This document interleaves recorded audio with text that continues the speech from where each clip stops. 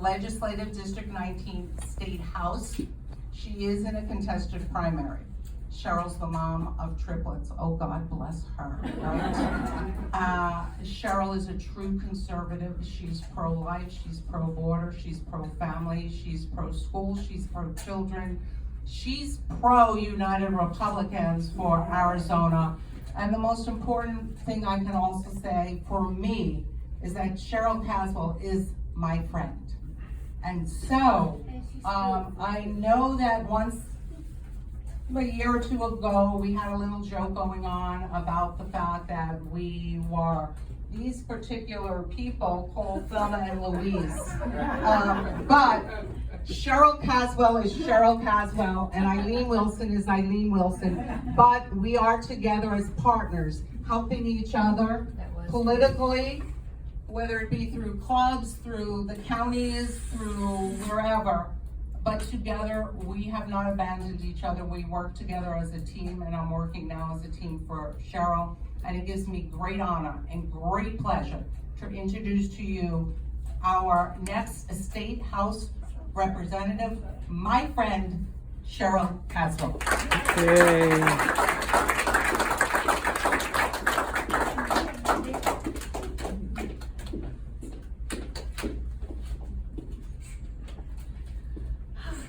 I'm never usually nervous about speaking, but today I'm a little nervous. And I don't like to read a speech, but I prepared some notes and bullet points because there were some things that I really wanted to make sure that I hit today. So first and foremost, good morning to you, the United Republicans for Arizona. It was about 5 years ago that I walked into my first United Republicans for Arizona event at your former location. You welcomed me with open arms. Your warmth and dedication has been has created a home for many people in this community and during some very uncertain times. So I want to thank you for all that you do. I want to also tell you how deeply honored I am to stand before you as your endorsed candidate for the Arizona Legislative District 19 State House Representative. My door and my promise to you is that my door will always be open to you because I am one of you. I'm not a politician and I don't elevate myself above the people. I'm a neighbor of yours. I'm ready and willing to serve. Together we've worked tirelessly to elect conservative Republicans, and even with a Republican majority and a governor, too many of us failed us during COVID. We faced mandates, forced vaccines, closed schools, and closed businesses, yet we were told to trust the experts such as Fauci. When we demanded accountability, some of our representatives shrugged and said we just didn't do enough, and they lacked the votes. And that's where my story begins, rooted right here in party leadership, driven to make a difference. Today is really special because I'm here with you, my political family, delivering my first speech as a candidate. And many of you know me, my history, and my passion. But for those of you who don't, let me share my why. I never planned to run for office. After raising my children, my focus was our family's residential real estate appraisal business, built over 20 years with my husband, Kevin. I love architecture and design, and this career let me stay home with our children while Kevin supported us. Kevin and I married in 1991. We moved to Arizona in 1998, and we bought our dream home in Vail. Struggling to start a family, we faced a lot of doubts. But I had a dream one day, and a calling from God assured me that our children were needed and that they would be future leaders. In 2003, we embraced in vitro fertilization, and to our shock, we welcomed triplets, TLC, Trevor, Lainey, and Connor. Born on July 3rd, 2004. We tried to hold out. Here at the University University Medical Center in Tucson. It was late in the evening. But the next day, watching fireworks from the hospital, Kevin and I knew we were thrice blessed. My children are my why. They're your children, your grandchildren, and our future. I raised them to love America. And at age 2, I know Grandma and Grandpa will remember, Trevor would rise with the sun on the baby monitor singing, "God Bless America." Now turning 21, Connor is an Eagle Scout and studying mining engineering. Trevor's pursuing firefighting, and Lainey is a double major in biochemistry and veterinary science. In 2004, they were a part of history. They were Turning Point Action ballot chasers in Cochise County, helping to secure Donald J. Trump's victory as our 47th president. I'm proud to have raised patriots. With Kevin and God guiding us, I look forward to growing old with future grandchildren. Before 2020, I was a dedicated Republican, voting, working polls, and volunteering.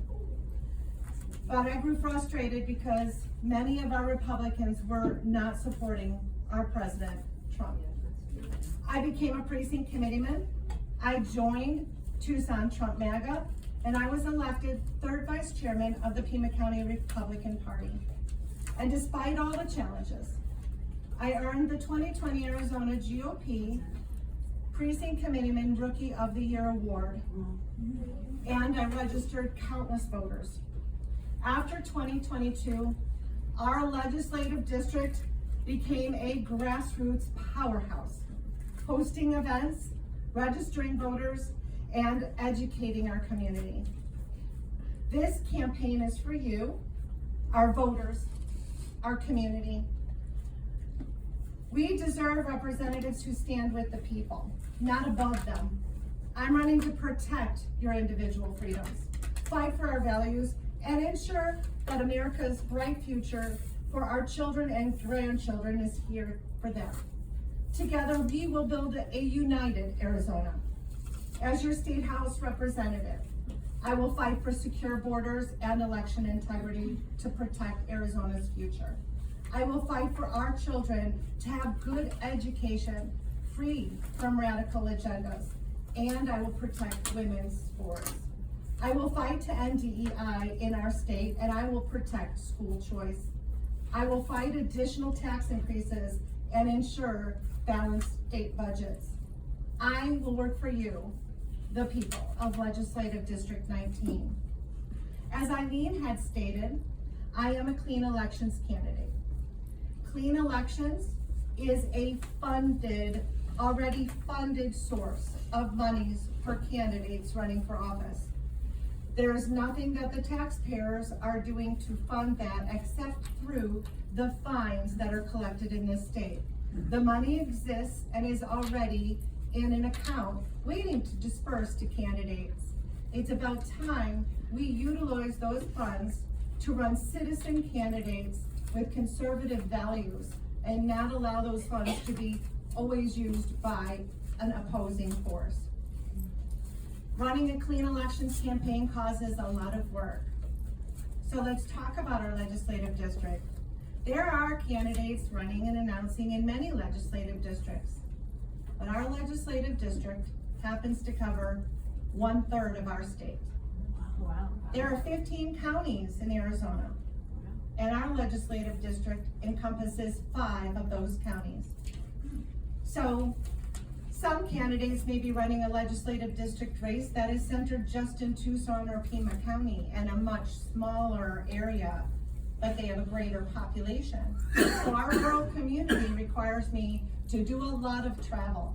I will be collecting my own signatures, knocking these doors in these communities, and I've already begun. And I already have help in those communities too. But that's where you come in, because I need your help here. In those communities, we don't have as much support. We don't have as many active grassroots members. It's the reason why we needed ballot chasing in those communities. And We will be looking in the future to having future ballot chasers throughout Arizona in the midterm election for 2026 November. In the meantime, I need your help with signatures because the signature threshold is about 538, and I have collected up to the amount, but you need a cushion because those signatures may be contested. So let's talk about another very important thing, and that is equal. Most of you probably have been using QR codes now. So QR code is a really simple way for you to share a link so that someone can sign petitions online. This QR code will allow them to place in some of their personal information, and then only the candidates that voter can sign for are listed. So when people are not sure what district they live in, that is a great way for them to understand which candidates they can vote for. Secondly, because of the verification process, these signatures are not contested. So as they're submitted with the petitions that are written petitions, these signatures are deemed already valid because they've been credentialed at the time that you entered the system. So it's very important that we start to utilize a little bit of technology because we've seen with many ballot initiatives and others, there are contested signatures on many petitions. And voters don't always know that they're signing a petition in the correct district or for the right candidate. So this is a great way for us to start getting people involved, but also it makes it easier. You don't have to be at the door with 20 clipboards. You don't have to have mine along with several other candidates. You can have one place they can sign for all at one time. And as they sign back in, it keeps track of the signatures that they have already signed. So as candidates announced in the future, you can go back in. You can sign for those candidates as well. This allows you more flexibility in determining where you want to place your support. So I encourage everyone to use the QR codes, and we will have them printed on our merchandise, and we will be sharing those with you as well. So encourage voters to sign on eQual if they can, because it is much more secure and not contested. I also have a QR code for our website. Our website is being managed by my campaign manager, Caswell. Yeah. That girl, she created a website while she was playing, I think it was Uno with her brothers one night. And so, Lady also earned in this time straight A's this semester as a double major, and so I'm very proud of her. Yes. And so you can help me by collecting signatures. They should be voters in our legislative district. I have many pages available. I'll pass them around. 10 signatures. 10 signatures. If we all did our part to provide 10 signatures, we would have enough cushion in case of a contested election. One of my candidates has funding of $240,000. So I don't know, but they may contest signatures. And so we want to make sure that we have enough cushion. And naturally, I have a goal. And my goal is the number 1776. I have created volunteer folders for our volunteers. Included, you will find my petition forms. You will find a donation envelope. So we are collecting seed money, and I'll explain that to you right now. You will have a small amount of postcards, and we have plenty more for you if you need to leave them with the door or share with a voter some information how they can find out more about my campaign and my platform. There's also instructions in there on how to sign an equal petition in case any of you have not done it before or you'd like to share it with a voter. And of course, there's a business card in there with my campaign information. And I wouldn't be Cheryl Caswell if I did not include a voter registration form. That's how I began. And so let's talk about the early seed money. As a clean elections candidate, I can get donations up to about $5,300 at this time to help me begin a campaign. So far, I've only bought about 25 signs. We have 5. But these signs are actually event signs and for donors. They're not for the side of the road. But we'll have to buy those signs for the side of the road and rebar and things of that sort. So the early seed money has helped to create a website, to get some signs, and to have a presence. But most of what we're doing is just with materials we've already had on hand, and such as our donation envelopes. In each folder and up at the front, there are donation envelopes. Right now, we are not collecting the $5 donations because the qualifying period will not begin until August 1st. Right now, I'm collecting the early seed money, and anything, honestly, anything helps. So right now, we can collect up to a maximum of $205 per person. So if you have 2 members of your family, you could make 2 donations, 1 per person. I would need the information on the envelope so that we can do the proper reporting. And so that seed money is going to help us get an early start. And with our great treasurer over there, I know those funds are going to be used to help us get that message out throughout our whole community. And so now I'd like to open up to any questions you might have, any questions about my platform, or any questions that you have at all. I would like to open up to anything that you would like addressed. I have had several people reach out to me already as I've knocked doors. I have a young lady who actually has provided me with information on a bill that she prepared for Juan Siscamani. And it was for a military issue. She's a veteran. And in that time, she moved to Texas. So she's written to me and provided me with the bill to see if there's some way that I might be able to work with others to get help. She's a disabled veteran, and she's got 50% benefit. However, she's served in several theaters of war, and now she has a disabled child and has no help with a disabled child. Some of these things could be related to service. And so these are the things that I'll be looking into for our veterans and our community as well. And so I would greatly entertain any questions that you might have. Yes, Madam President. Thank you. So, you know how Cheryl just called me Madam President? So can I just tell you a really funny little story? The first time our new board got elected, we were sitting around there and Cheryl wanted to ask a question and she's so polite and she said, Madam President. And everybody at the board started laughing. Well, now I have Doug and everybody, they see me Madam President. And so just because Cheryl was going to be here today, that's why I wore my Madam President t-shirt. But here's my question to you.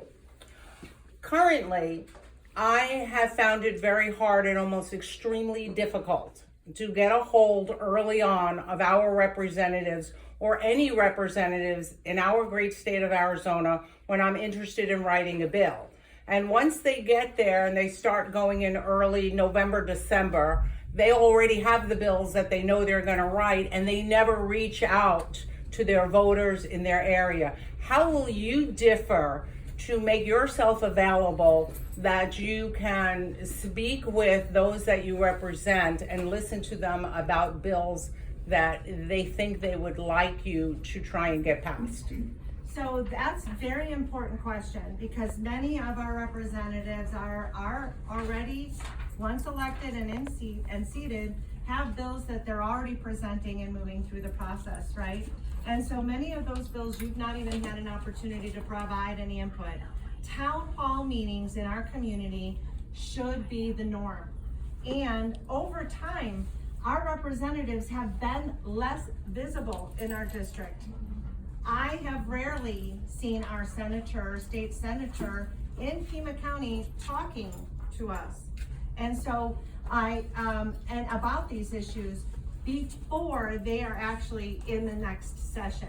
So right now, as they're coming out of session, there's bills already being written for the next session when they're called back in. So I would encourage everyone to think about those things now and submit those ideas. I would love to work with other representatives that I know that push bills written by you, the people, the things that are concerning you and in our communities. And one of those would be Rachel Jones, Representative Rachel Jones, who is now running for re-election. So we have a lot of support up there and a lot of people that are not running lobbyists or being lobby mules by running their bills that are already pre-written for them. And then they'll play a game where they'll mimic a bill in both the House and the Senate and then kind of compete with each other.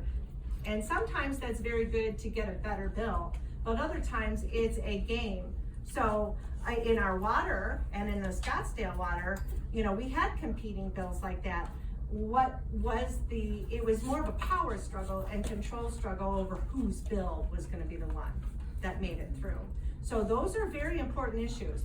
You should be able to get directly in touch with your legislators. When we are not in session, we should be in our district talking to our voters. That's the only thing I expect for our representatives. They're supposed to take our concerns with them back up to the to represent us at the state capitol.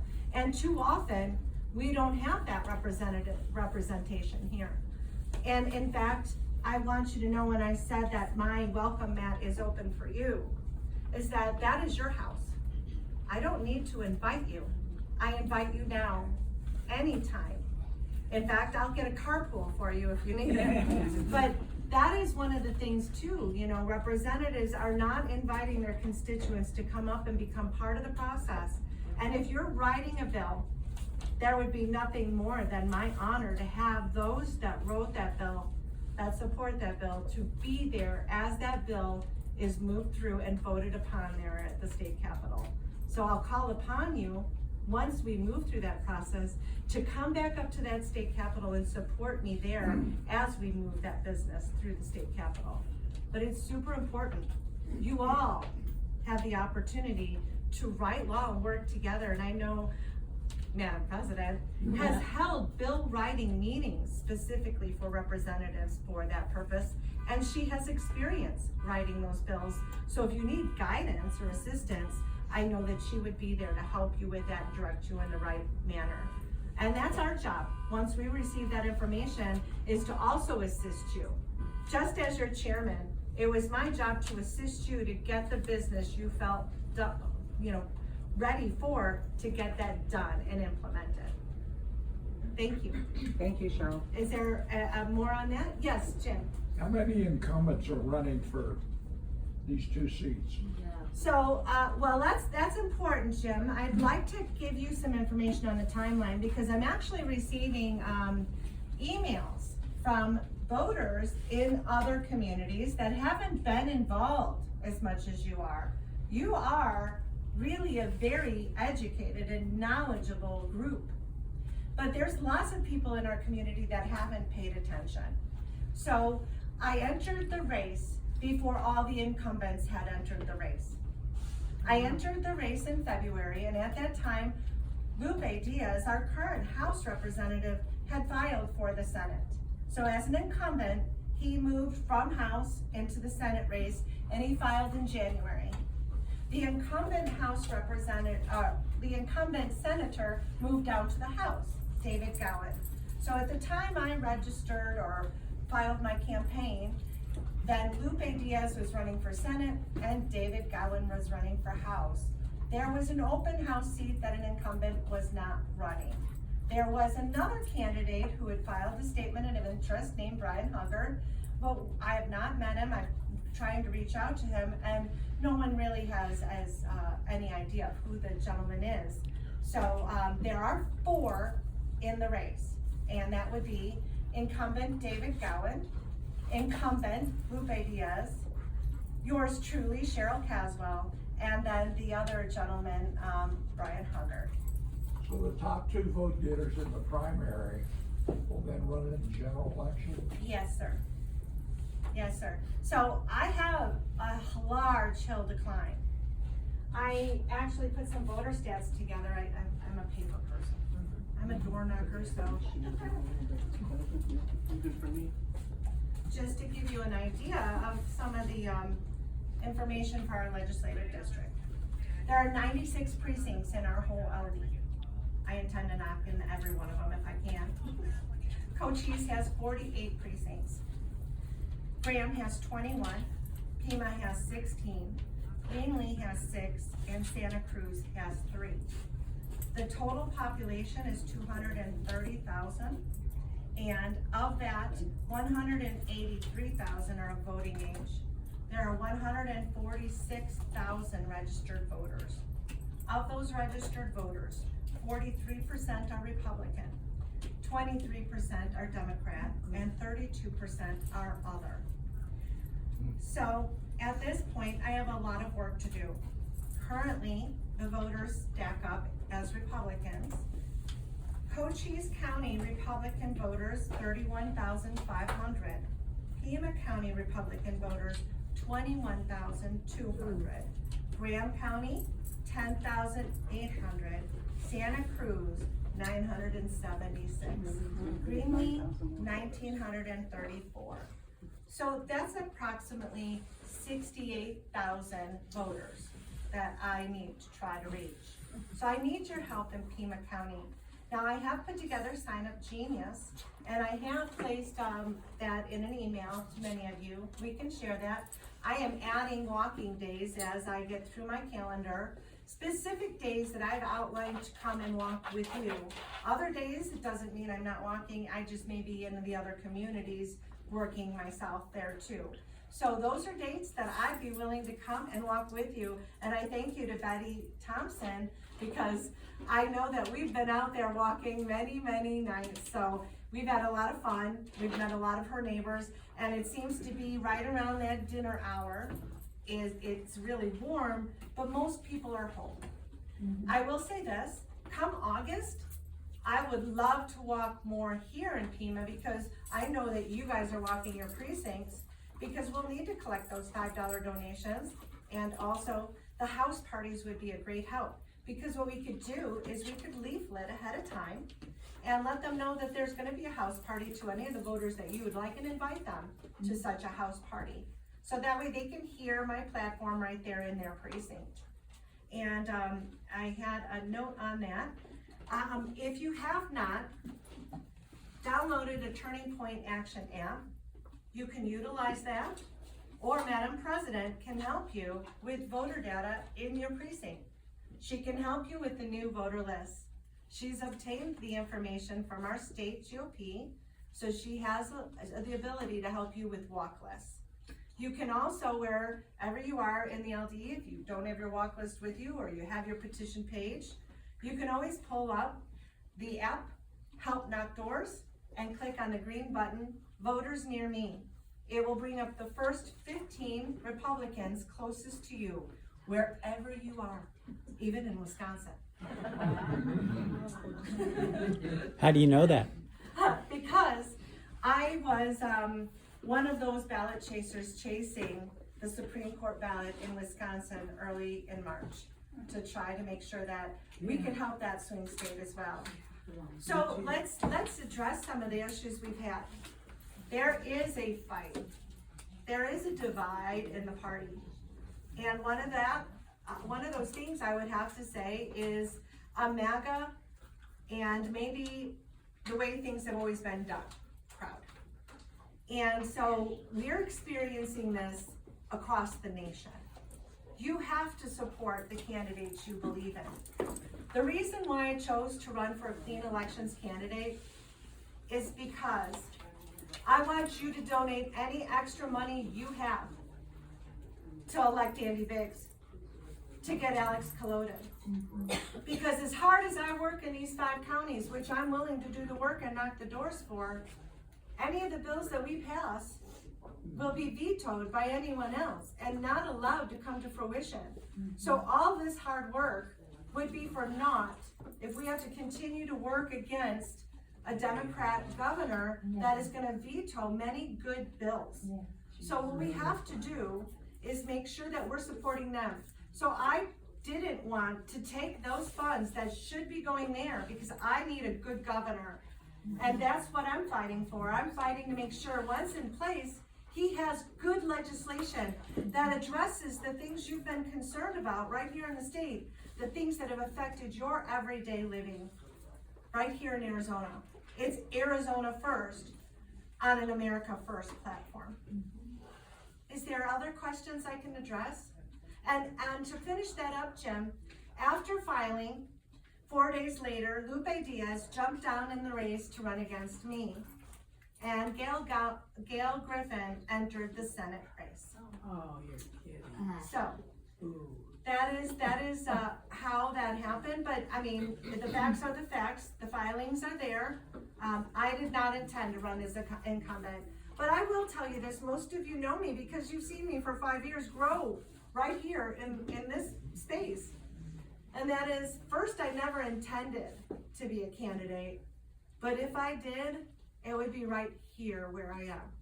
It would have been the House, and it would have been representing you. And so it felt right for me. I felt a calling. Sometimes I've been in an event and someone wants to talk to me about life insurance or my retirement. And I quite frankly tell them, I'm in a fight right now and it has all my focus. It has all of my attention. And so I'm very dedicated to this movement. I'm putting my life aside. I want to serve you. We deserve good representation. And I think that it's time that Maricopa County hears from Legislative District 19. And to become your elected from Pima County, there would be no greater honor. I also know that many of you are not precinct committeemen. Kristen and I talked about this the other day. And in the future, Kristen's gonna have some great training for people that wanna get involved. This is a little upper level. But you guys actually understand it because you've been through it a few times. See, we also play a political game. Many people get elected and step down. In Cochise County, we had a recorder that got himself elected and stepped down, and they appointed a new Cochise County person, selected by CCRC or the Cochise Republicans. So what happens when a representative gets elected and doesn't finish their term or retires early? We've had that happen. Lupe Diaz replaced Becky Nutt. Do you know how that happened? Well, let's think back to Liz Harris. We've been through this before, right? Liz Harris was removed from office. We all know that story, right? And then they had to replace her. How is that replacement chosen? Well, it's the precinct committeeman. If elected from Pima County, or Cochise County, or Graham, Greenlee, and Santa Cruz, wherever elected from, if they do not finish that term, that county precinct committeeman, they're the ones that put up a certain number of candidates, typically 5. Out of those 5, they held an election. They must make a majority. 3 go forward, and your board of supervisors appoints from those 3. It's the precinct committeeman. Your voters won't get a chance to elect. So in Cochise County, if Gail Griffin does not finish a term, it will be Cochise County PCs that choose who goes forward to the board of supervisors, and they will select from there the representative that will represent you. So that's important to know, because our legislative district is not owned by any county. No, it's owned by you, we the people. And so what we need to remember is any of our representatives can hail from any of the 5 counties. And you know, as a Republican, I'm not afraid of a contested race, and I'm not afraid of a contest, because I think the best ideas prevail. And I think God is in control. So sometimes it's not the result I wished for, but there's a reason that I may not be privy to. God will show me in time. So I just want to encourage you to know that if you're not a precinct committeeman, I know that Madam President and others would be glad to share that information with you, but it's one of the reasons, it's one of the other things that you do as a PC many people do not understand. So some wonder if Gail Griffin will be able to finish a term. My intent is to run for the House. I've always loved starting and being closest to the people, closest to you. Yes? Cheryl, why would it be that, just on speculation, that Gail Griffin might not finish her term if in fact she's already, has signed her intent to move forward for senator? Well, our representatives actually are very aligned together, right? And so I cannot believe, as a common sense person, that Lupe Diaz did not file for the Senate in January without consent or knowledge from Gail Griffin, who has been his mentor. So I believe at that time, they were actually looking for a different candidate, number one, and that Gail had mentioned several times that maybe she would be retiring. So that is what leads me to believe that there may be something, also, in our representatives, Lupe probably has the least amount of support at this time, but he's the newest on the team, so. Is there any other questions about that, the platform, the timeline, what we're up against? I mean, we're up against a hill to climb. I mean, of all the people, I have to knock doors in 5 counties. It's 12,000 square miles. Yeah. That was my question, how do you expect to get to these rural areas and knock on doors? Because I know in some cases you're gonna be met with a rifle. Oh, well, that's a good question. So I've had a wonderful opportunity. I also have a great job. I get to work with a fabulous organization. And I know that fabulous organization is already working on the plans for midterm. And there will be ballot chasers throughout that community as well. It's one of the reasons why we have President Donald J. Trump. And do you know why? Because 3 of those ballot chasers, out of the 13 we employed in this community over there, were my children. And they had to team up at times because in the rural communities, yes, very, very much skeptical. I know my sons were met with rifles, chased down with ATVs, but they worked some of the most difficult rural communities you can imagine. They traveled those dirt roads. My other ballot chaser in St. David, well, she needed to replace the transmission on her Jeep. Yeah, so she can only travel by Jeep out there. You know, they were amazing people. She actually hooked up with her friend who was a postal worker. So she knew how to get to everybody's back door out there. And she knew everyone. So it's been incredible. We've actually already prepared this community by working in the prior election. I've already been knocking doors. It was funny in that last election in Sierra Vista, I knocked a door one day with one of our ballot chasers. And as the lady in the house was coming to the door, she was calling my name in Sierra Vista. Now, I've never been anybody to be a special guest, but I was like, wow, she knows me. So one of our PC's doors down there who had left the politics because of the climate there was excited when I knocked on her very door that day. So it's exciting out there. It's always a lot of fun. The voter base is in Sierra Vista, so it's a little bit different there. Benson and St. David are also a large voter base, and that'll be a little bit more rural. But we'll have a lot of help in those communities. What we need to do is get across the finish line in the primary. If we win the primary, I am confident we will win the general election. It's okay. I got a question. Yes. Is there a way to change that you're talking about where if somebody retires, the voters don't get to pick a new person? Well, it is ARS statute, how that replacement is done, how that process moves forward and such.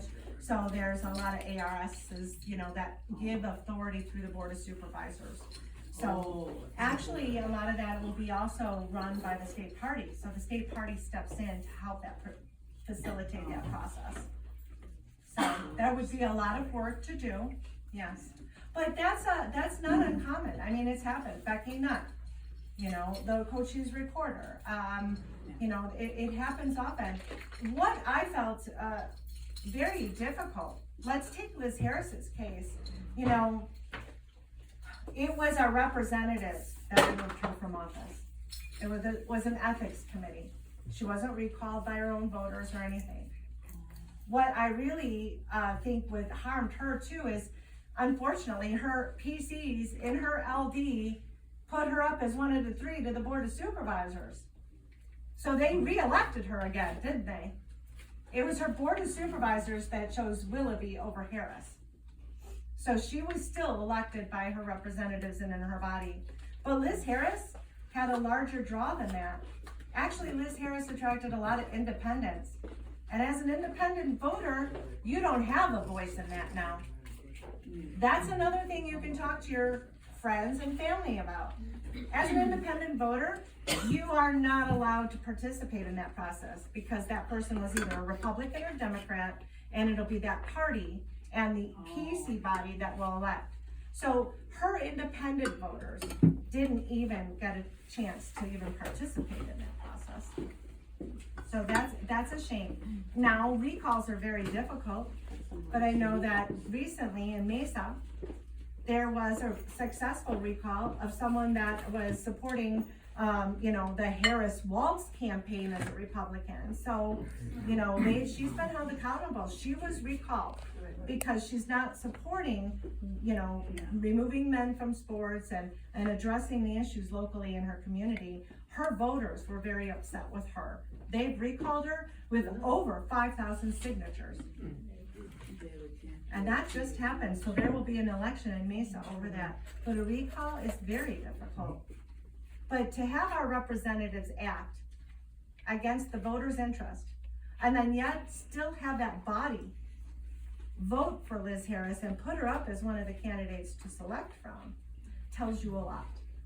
It's the reason why I stood for you as your candidate again as the LD-19 chairman.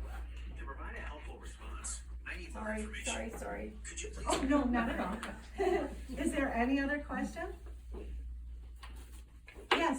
Cheryl, not a question, but like 20 years ago, when I was teaching at a little tiny border school in Sassabee, Arizona, and I would always take the 8th grade class, or 7th and 8th graders, to get a car full. We'd go up to the government, and we had a representative then who was absolutely marvelous. And 2 years in a row, she would have my little students, my young students, come into her office, would greet them, would talk to them, and would introduce them on the floor of the house.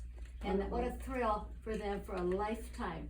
These rural children, most of them were Hispanics from across the border. Mothers would drive them over to the school in the morning and then pick them up in the afternoon. But they went up to Phoenix too and saw how the our United States works and our legislatures work. And that she didn't run for Senate. It was 2 years in the House, and she didn't run again, I don't think. Or maybe she didn't win. I'm not sure, because at that time I wasn't teaching anymore. But I thought that was so exciting for young people to see what it's all about and then to be recognized. I agree with you, Barbara. I would love to see that more often. It's about getting back into our community again, right? And that's what you allowed to happen during COVID right here at the United Republicans. Sometimes this was the only place open. This was the only place some people could find someone else to talk to while they were going through these difficulties, maybe unable to see their loved one, unable to travel to their family. People were missing weddings and funerals, and there was so much, but you were here for that community. And that's what we need to do. Community needs to be involved. I'm so glad you brought that up, Barbara, because I was just talking to another Boy Scout leader in the Douglas Days event about that I would love, because they do a merit badge, right? Right. That they would come up there and have that same experience for that scout troop. I would love to go and talk to schools and encourage them to go up there. I think for years you all have heard me speaking in the community because I love civic engagement.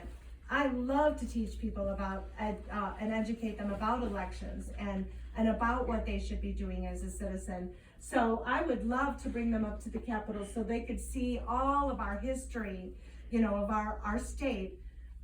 From going to the State Museum, which is just under the 9th floor where our governor is, walking maybe through the tunnel that exists between the House and the Senate. Those are experiences I will never forget. And being up in the gallery and being recognized by the body there as present, there is nothing more special. But I want to tell you, that's not just available for our school-aged children. It's available to you too. It's your house, so you're welcome. And I would love to do that for you as well. Especially when your bills are being heard and passed. I know we're coming up on noon here. It's been about an hour. I'm not one to waste your time, but I want to address any questions that you have. So is there anything else that you might have in your mind? I can help you with any materials. I will tell you, Lainey created something kind of special, and I don't just blab it around everywhere. So I've got two special things to share. So if you go to my website using either the QR code on the postcard or the QR code that I have printed, you'll get the URL. So if it's up in your browser, add to the URL /crew. And that's your whole volunteer portal. You got petitions you can print there, all kinds of resources for you. So that is our volunteer backside website. We'll be loading up more information for you there that you can share while you're knocking doors. So as the crew member, you could get my endorsements listed there. You can get my petition. You can get all kinds of information moving forward. So there is a back door for volunteers, and it is the website URL /crew. So that way you have your own resources as a volunteer. And the next thing is my mom-in-law mentioned it this morning as she walked in, and I've told our Madam President, and I haven't announced it formally, but you are a very special body to me. And it's a lot of my why. I had the great pleasure of meeting one of my heroes this past week, and her name is Kimberly Fletcher. And in that meeting, we had an opportunity to speak. And I've just been notified, and I have to do some finalization before our official announcements will be released. But I am officially endorsed as a candidate by Moms for America. So there will be other future endorsements coming, and I'm so excited. I'll be so excited to share them with you. So we are working very hard. We have a large hill to climb, but I have good faith in God. He has led me on this path. He told me that I needed to raise young patriots. That job is done. They're still home, but I haven't stopped, and I'm willing and I'm ready and able to serve for you. So any help that I can help you to help me, I am willing, and I will always take your call when available. Thank you so much for the opportunity to speak to you, to present to you, and to represent this great organization where I started my political career.